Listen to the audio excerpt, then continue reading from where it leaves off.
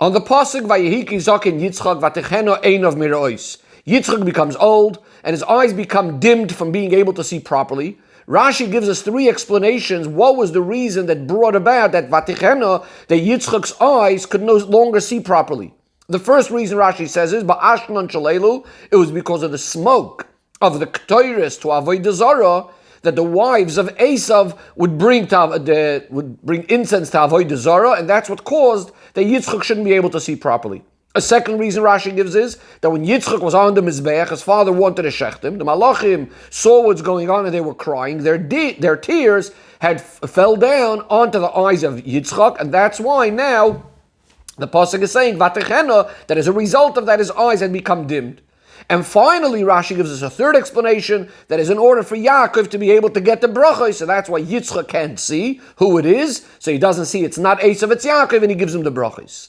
So the Rebbe asks, simply when you look into the pasuk, it seems that the pasuk itself is telling us the reason why Yitzchak couldn't see properly. The pasuk starts off with saying, Vayehi ki zaken Yitzchak, when Yitzchak grew old. It seems to be Vatecheno Einav Mirois, the next words, that his eyes had become dimmed from being able to see properly, seems to be that it's because he became old. This is similar to what we find later in Chumash by Yaakov Avinu, where it says, Ve'ene Yisrael kavdu mizoiken, that Yaakov's eyes had also grew heavy, dimmed, etc., because of his old age. And as we see practically, that at the old age, a person's eyesight gets weaker. So if the pasuk itself is telling us the reason for Vatecheno, that his eyes had become dimmed, is because he grew old, why is Rashi looking for other reasons? In addition to this, the Rebbe says, wherever Rashi will bring two or more pirushim, it's always because each one of these pirushim have some sort of difficulty, which you won't have in the other pirush that Rashi brings. And Rashi will also bring the pirushim in a very specific order. That means that the difficulty in the second pirush that Rashi brings is a greater difficulty than the problem in the first pirush. And so too, the difficulty in the third pirush will be even a bigger problem. So each pirush has a certain difficulty with it, so we need to understand. First of all, we need to understand what are the difficulties with each one of the individual pirushim that Rashi brings, and in what way is the second pirush more problematic than the first, and how is the third pirush even more problematic than the other two. Another point, says the Rebbe, we discussed a number of times, that whenever Rashi brings three pirushim, in addition to the fact that each one of these explanations has its own difficulty, which will be solved by bringing the other pirushim, there's also the concept that there's a certain difficulty in each two of the pirushim. Two out of the three will have a certain common difficulty, and that's why we need a third pirush to take over that difficulty, which won't have this problem, and therefore that's solving the issue. Because if we're going to say that even by two pirushim together, you now solved all the problems, and you don't need a third pirush. And therefore, the Rebbe says, when we look into our Rashi, we need to find what is the common problem in each two out of the three questions, and how that will be solved by the third explanation. Says the Rebbe, the reason why Rashi doesn't want to learn, as we would think simply, that Yitzchak's eyesight had become weaker as a result of his old age, is because in the previous Sedra, we have a pasuk, Vayevorech Elokim es Yitzchak, Hashem benched Yitzchak. Rashi says over there that Avram was afraid to bench Yitzchak. That's because Esav is going to come out of him. And he says, Yavoi Bala brachos, may the one who is in charge of all the brachos, the one who blessings come from, let him come and bless Yitzchak, and Hashem comes and blesses him. Says the Rebbe, so the question is, how could it make sense that after Hashem himself personally benches Yitzchak Avinu, Yitzchak should come to a state of Vatechena where he can no longer see properly, which is obviously going to cause the person with less eyesight, is going to cause him so much pain and suffering now. And as Rashi actually says later on, that as a result of this, Yitzchak is considered kemes, like someone that's dead, someone that can't see properly. It's obvious if Hashem himself is the one that's the Baal HaBrachas, the one in charge of the brachas, is the one that's coming and benching Yitzchak, so by becoming old, this shouldn't affect him to such an extent that he should be blind for so many years, that he shouldn't be able to see for so many years properly. Especially, the Rebbe says, we're speaking about Yitzchak at this time 123 years old, relative to the general age of that time. That's not considered so very old. And now, for the next 57 years, he's not going to be able to see properly, being considered kemes. How could this make sense after the Eibishter's bracha? Especially, says the Rebbe, that we don't find by anyone else, any of the other people mentioned earlier in Chumash up until now, that should have this issue, even though they were much older ages than 123 years old. This is why Rashi gives us other reasons for Vatechena, for why Yitzchak's eyesight is becoming dimmed, which means to say that generally speaking, and especially if you have the bracha that from coming from Hashem to Yitzchak, if not for side issues that came in, which Rashi is about to discuss, then in fact there wouldn't have been any diminished eyesight by Yitzchak. Similar to what says by Moshe Rabbeinu, Loi choas ha'einai, that even when he was 120, so his eyesight was still full functioning. But there was other reasons, other factors that came in, and as a result of that was Vatechenu Einov, that now his eyesight had become dimmed. How do we understand this? Says the Rebbe, when we look at the pasuk, Vatechenu Einov Merois, and as we said, we'll immediately have this question: how does it make sense that Yitzchak, who got the bracha directly from Hashem himself, should suffer from this diminished eyesight? If we have this question, it makes sense to say that the answer to this very question will be hinted or somehow indicated within these psukim. And since this pasuk Vatechenu Einov Merois comes immediately following a pasuk that describes the wives of Esav and how they were moiras ruach liYitzchak u'Rivka, they were spiritually rebellious against Yitzchak and Rivka because they were serving Avodah Zarah. So it makes sense to say that within these psukim, that's hinting to why, what the next pasuk says, that Yitzchak's eyesight has become dimmed. And this is why Rashi puts this pirush, that Yitzchak's eyesight has become diminished as a result of the smoke of the ktoiris, of the avodah zarah of these women,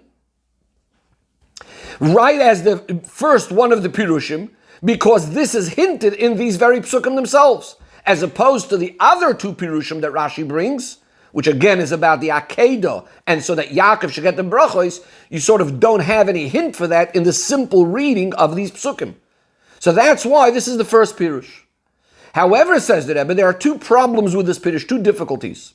Number one, it's understood that the wives of Esav weren't living together with Yitzchak in the same house. They would have had their own house or several houses for the different wives where they lived. It's also understood that the fact that they were serving Avodah Zarah and bringing up the incense and the smoke and all of that, they were clearly doing it in their own house, in their own place. If so, then what's the problem is, it's not so smooth and simple to say that the smoke of their Avodah Zarah was causing Yitzchak harm in his own house. Number two, says the Rebbe, if Yitzchak is being impacted on it with this smoke, then why did it only impact Yitzchak and not Rivka? In fact, in the Ha'aros over here, the Rebbe also deals with why it doesn't impact those women themselves and Esav. Says the Rebbe, because of the problems with this first pirush of the smoke, that's why Rashi now needs other pirushim. And now the Rebbe is going to look at the difficulties with each one of those pirushim. So again, the first one is that when Yitzchak was on the Mizbeach, the tears of the Malachim fell into his eyes. The second one is that Yaakov should be able to get the brachos. So what's the problem with these pirushim? In addition to the common problem in both of them, which we said before already, that there's no remes for this in the pasuk itself. So the Rebbe goes into each one of these pirushim now. In the first pirush about the Akedah, so the toich, the content of this pirush, that the heavens opened up, Malachi Ashari saw and were crying. Their tears fell down, and that's why Yitzchak's eyesight was affected.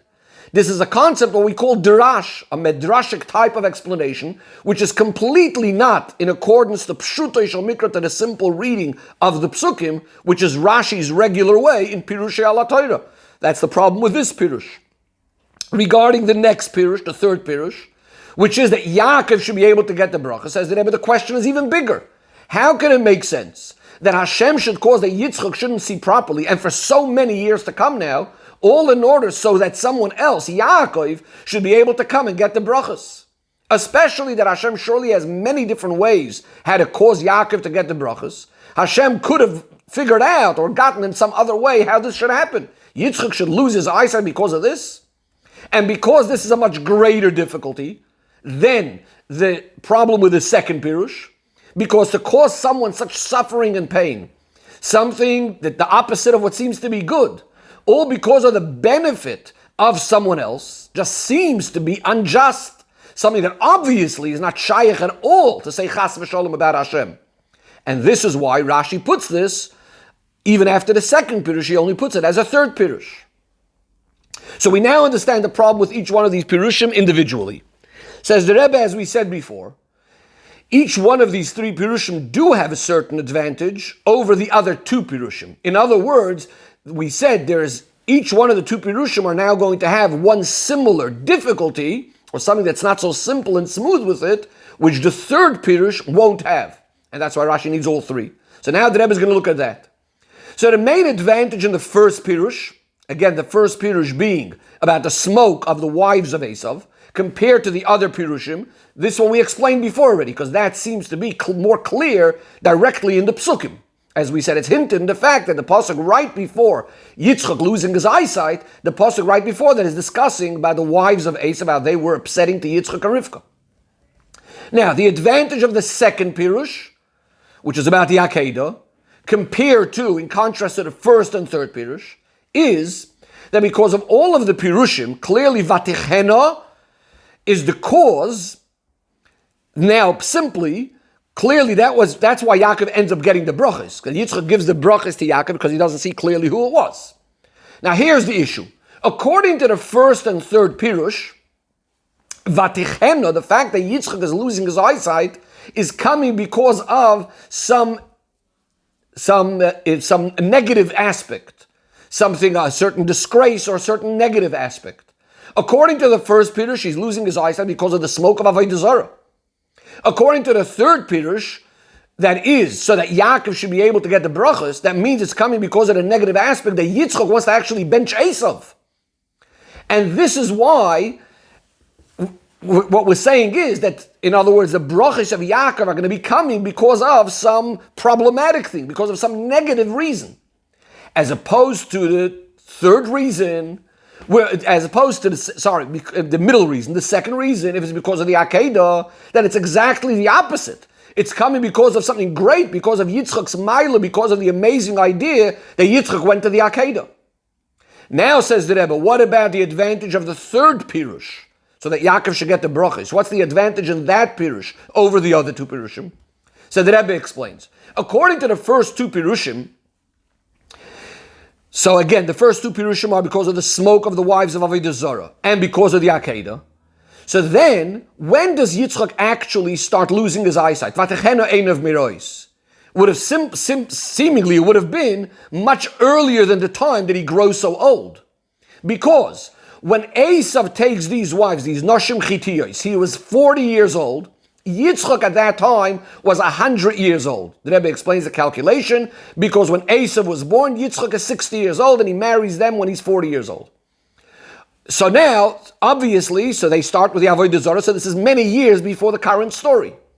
According to the other Pirush, with the tears of the Malachim, now this is even much earlier. This is when Yitzchak was 37 years old.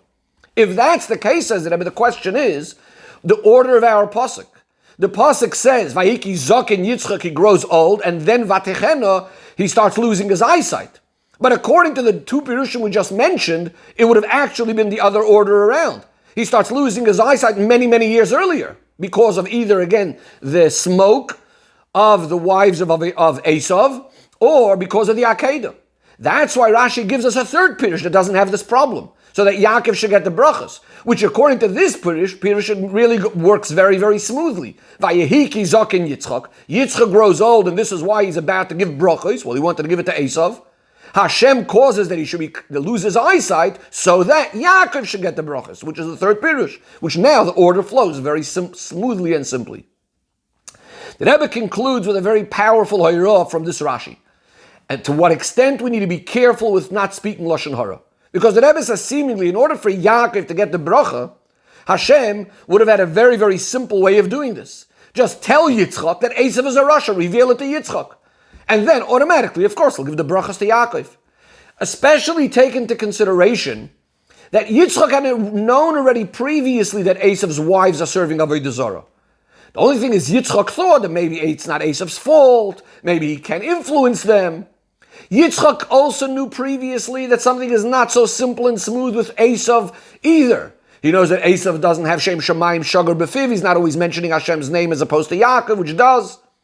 So if Yitzchak anyways has some suspicions about Esav, so Hashem could just tell him the full story, that Esav is a Rasha, and therefore he wouldn't think of giving the bracha. Said Yitzchak doesn't have to lose his eyesight because of this. What do we see from this? To what extent we need to be careful from speaking Lashon Hara. Yitzchak is 57 years locked up at home like a mace. As long as a word of Lashon Hara shouldn't be said on a Yid, that Hashem shouldn't say this Lashon Hara about Esav, even someone that's considered, Esav was considered a Yisrael Mumor, as the Gemara discusses. Says the Rebbe, if we say this in regards to Esav, how much more so regarding Yidden after Matan Torah, after Hashem had said to each and every single Yid, Anoichi Havaya Lekecha, that by every single Yid, Anoichi Havaya, the essence of Hashem is becoming Elokecha, his personal Eibishter, his own Koyach and Chayas, how much more so, how much we have to be careful.